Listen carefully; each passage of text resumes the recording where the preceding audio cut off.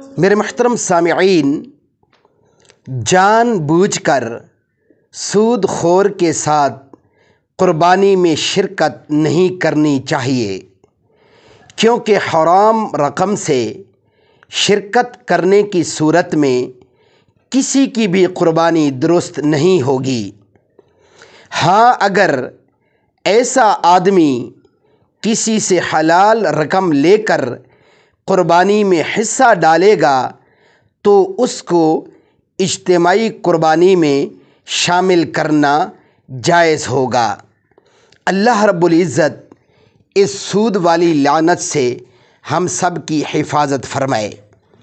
اس لیے میرے محترم سامعین، سود خوروں کے ساتھ تعلق رکھنا وہ جائز نہیں ہے، لیکن افسوس کہ آج ہمارا ملکی نظام اجتماعی طور پر سود کے نظام پر چل رہا ہے۔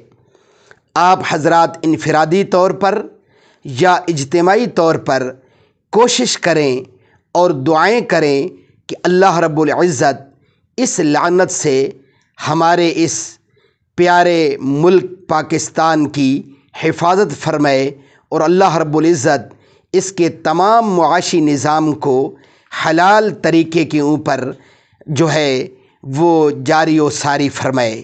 اللہ عمل کرنے کی توفیق عطا فرمائے۔